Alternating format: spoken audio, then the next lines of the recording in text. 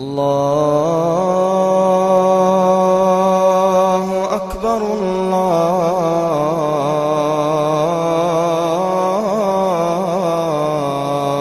أكبر. Assalamualaikum warahmatullahi wabarakatuh. Alhamdulillah, segala puji bagi Allah Subhanahu wa taala. Pada kesempatan subuh kali ini Allah masih memberikan waktu kepada kita untuk melaksanakan rangkaian ibadah Ramadan. Semoga Allah memberikan kita kesehatan sehingga kemudian fisik ini dengan gegap gempita berbekal iman yang membara, dengan semangat melaksanakan seluruh kebaikan yang Allah siapkan pada bulan Ramadan ini. Dan semoga bulan Ramadan ini yang telah menjadi program Allah bagi umat Islam seluruh dunia, yang memprogramkan langsung Allah Subhanahu wa taala, akan menjadi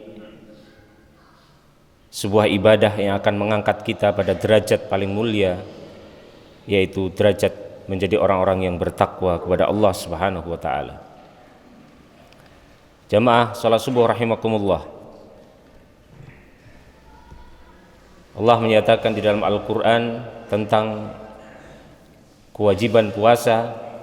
A'udzubillahi minasyaitonir rajim. Ya ayyuhalladzina amanu kutiba alaikumusiyam kama kutiba alal ladzina min qablikum la'allakum tattaqun. Wahai orang-orang yang beriman,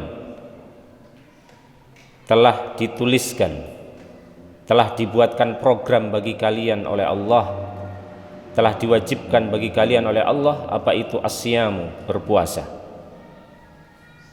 sebagaimana telah diwajibkan pada umat-umat sebelum kita agar kita bertakwa kepada Allah Subhanahu wa taala. Ikhwa fillah azani wa iyyakum ajma'in. Allah menyatakan di dalam Al-Qur'an dalam surat Al-Hajj ayat 37 ketika Allah berbicara tentang ibadah kurban yang menjadi bagian metode Allah untuk mendidik manusia, maka Allah menyatakan di dalam Al-Qur'an, la yanalallaha luhumuha wala dima'uha walakin yanaluhut taqwa. Ketahuilah bahwa sekali-kali daging onta yang engkau korbankan dan darahnya yang mengalir itu tidak akan sampai kepada Allah, walakin yanaluhut taqwa, tetapi yang akan sampai adalah ketakwaanmu kepada Allah Subhanahu wa ta'ala. Imam Al-Baydawi mendiskusikan hal ini di dalam kitabnya. Beliau menyampaikan dikaitkan dengan makna puasa. Laisal maqsudu min syar'iyyatis shaum nafsal ju' wal 'atas, bahwa maksud yang ingin dicapai pada puasa itu bukan kemudian pada menahan lapar atau menahan hausnya, bal ma yutbi'uhu min kasri syahawat, tetapi adalah efek daripada menahan lapar dan dahaga itu adalah mengendalikan hawa nafsu, agar nafsu dipecah nafsunya agar lemah. Wa tatwi'in nafsil imarah lin nafsil mutmainnah, sehingga kemudian jiwa-jiwa kita menjadi jiwa-jiwa yang tenang. Sebagaimana Allah menyatakan, ya ayyatuhan nafsul mutmainnah, wahai jiwa-jiwa yang tenang, irji'i ila rabbiki radiyatan mardiyah, kembalilah kepada Tuhanmu dengan ridho dan engkau diridhoi. Bahkan rukun yang paling banyak di dalam sholat itu adalah tumakninah, ketenangan. Maka di dalam mengendalikan nafsu, mengendalikan syahwat, maka akan muncul makna baru, yaitu ketenangan diri. Sebagaimana pada minggu yang lalu pernah saya sampaikan bahwa di antara ciri-ciri kiamat itu adalah wayad harus siman, yaitu munculnya obesitas. Dikendalikan, ditafsirkan hadis ini bahwa manusia sangat concern dengan apa yang masuk melalui perutnya. Manusia sangat perhatian, sangat memperhatikan baik kualitas maupun kuantitas apa yang masuk di dalam perutnya melalui mulutnya. Bahkan muncul kemudian wisata-wisata kuliner. Bahkan bisa juga Ramadan ini yang ramai adalah wisata kuliner. Maka puasa,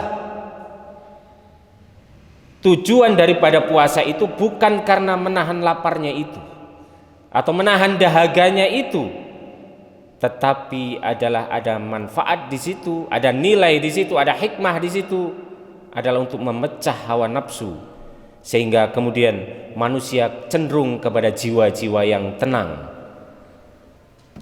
Jiwa-jiwa yang tenang adalah jiwa-jiwa yang mampu mengendalikan hawa nafsunya, baik itu hawa nafsu makan, hawa nafsu minum, maupun hawa nafsu biologis kepada lawan jenisnya. Fa idza lam yahsul dzalika, kalau perkara-perkara itu, perkara penting itu tidak sampai kita dapatkan pada bulan Ramadan ini, la yanzurullahu ilaihi nadral qabul, kata Imam Al-Baydawi. Maka itulah yang dimaksud bahwa Allah tidak melihat puasa kita dengan pandangan penerimaan terhadap kelelahan, lapar dan dahaga kita. Rasulullah sallallahu alaihi wasallam menyatakan, man lam yada' qaula zur wal amala bih, barang siapa yang tidak meninggalkan perkataan-perkataan kotor dan kemudian melakukan perbuatan-perbuatan kotor juga, falaisa lillahi hajatun fi ayyada'a ta'amahu wa syarabahu, maka ketahuilah Allah tidak butuh dengan lelahnya kamu tidak makan dan tidak minum. Allah tidak butuh dengan itu.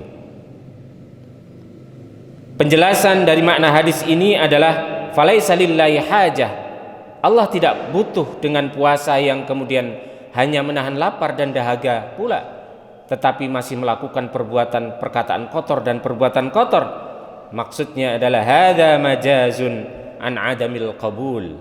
Ini adalah sebuah perumpamaan bahwa puasa orang-orang seperti itu tidak diterima oleh Allah Subhanahu wa ta'ala. Maka di dalam hadis Rasulullah sallallahu alaihi wasallam yang dikisahkan oleh Abi Hurairah dalam hadis yang sangat panjang, Rasulullah sallallahu alaihi wasallam menyatakan at-taqwa hahuna wa yushiru ila sadrihi, bahwa takwa itu di sini, kata Rasulullah. Rasulullah menunjuk ke dadanya 3 kali. Wa yusyuru ila sadrihi, takwa itu di sini. Takwa itu di sini. Takwa itu di sini. Ay anna taqwa fil qalb, bahwa takwa itu ada di hatimu, tidak nampak oleh pandangan manusia. Fisik kita nampak pagi ini, kita sholat subuh berjamaah, nampak oleh mata-mata manusia. Tetapi ingat wahai manusia, takwa itu ada di dalam dada kita. Itu tidak nampak oleh mata-mata manusia, tapi itu nampak oleh Allah Subhanahu wa ta'ala. Maka tujuan perbaikan puasa itu adalah perbaikan yang ada di dalam dada kita, yaitu perbaikan hati kita. Sebagaimana Rasulullah sallallahu alaihi wasallam, ketahuilah bahwa di dalam jasadmu ada itu segumpal darah. Apabila segumpal darah itu baik, maka baik pula seluruh anggota badanmu. Tetapi ketika itu buruk, maka buruk pula seluruh anggota badanmu. Ketahuilah bahwa itulah yang dikatakan al-qalb atau hati, dan ketahuilah bahwa sesungguhnya takwa itu ada di dalam hatimu. Fa idza ittaqa al-qalbu ittaqat al-jawarih. Ketika hati itu takwa, maka seluruh anggota badan kita akan menjadi takwa. Wa idza zaghal qulub wa idza zaghal qalb. Ketika kemudian hati itu berpaling, zaghatil jawarih, maka anggota badan kita juga akan berpaling dari ketaatan kepada Allah Subhanahu wa ta'ala. Allah menyatakan di dalam Al-Quran, falamma zaghu azaghallahu qulubahum. Ketika manusia itu berpaling dari Allah, maka apa kata Allah? Azaghallahu qulubahum. Maka Allah akan memalingkan hati-hati manusia. Ikhwafillah azani wa iyyakum ajma'in. Maka pada tausiah singkat ini, mari kita berpuasa tidak hanya fisik kita, tetapi hati kita betul-betul menjadi hati orang-orang yang berpuasa. Puasa secara bahasa adalah al-imsak, menahan diri. Maka puasa ini mari kita tahan diri, menjadi orang-orang yang kemudian hanya ada di dalam pikirannya menahan makan sejenak, kemudian setelah itu terfikirnya hanya makan. Ikhwafillah, sungguh puasa ini akan mengangkat kita dari derajat alam hewan menuju derajat manusia-manusia yang orientasinya sangat tinggi kepada Allah Subhanahu wa ta'ala. Puasa ini mendidik kita untuk berperilaku dengan perilaku orang-orang terhormat dan bukan berperilaku orang-orang rendahan yang hanya berpikir dan terbatas pikirannya hanya sebatas dunia saja. Semoga Allah senantiasa membimbing kita menjadi orang-orang yang kemudian dengan ikhlas menjalani seluruh proses Ramadan ini dengan betul-betul karena keimanan dan mengharap ridho dari Allah Subhanahu wa ta'ala. Sebagaimana Rasulullah sallallahu alaihi wasallam menyatakan, man qama ramadhana imanan wa ihtisaban ghufira lahu ma taqaddama min dzambi. Barang siapa yang menegakkan Ramadan imanan, karena iman, karena yakin puasa ini adalah dari Allah, puasa ini adalah untuk Allah, puasa ini adalah program metode yang dibuat oleh Allah dan kita melakukannya untuk Allah Subhanahu wa ta'ala. Kita melakukan puasa ini karena iman, sebagaimana Allah memanggil, ya ayyuhalladzina amanu, wahai orang-orang yang beriman, diwajibkan atas kalian berpuasa. Maka barang siapa yang berpuasa karena iman, wahtisaban, dan hanya mengharap ridho dari Allah Subhanahu wa ta'ala, maka ghufira lahu ma taqaddama min dzambi. Allah akan mengampuni dosa-dosanya apa yang telah lewat. Maka puasa ini bukan karena pandangan manusia. Puasa mendidik kita untuk menjadi orang-orang yang sibuk dengan pandangan Allah dan tidak sibuk dengan pandangan mata-mata manusia. Puasa mendidik kita untuk memperbaiki diri pada saat mata-mata manusia tidak nampak melihat kita, karena perbaikan puasa itu ada di dalam dada kita. Faman khafa maqama rabbih wa nahan nafsa 'anil hawa fa innal jannata hiyal ma'wa.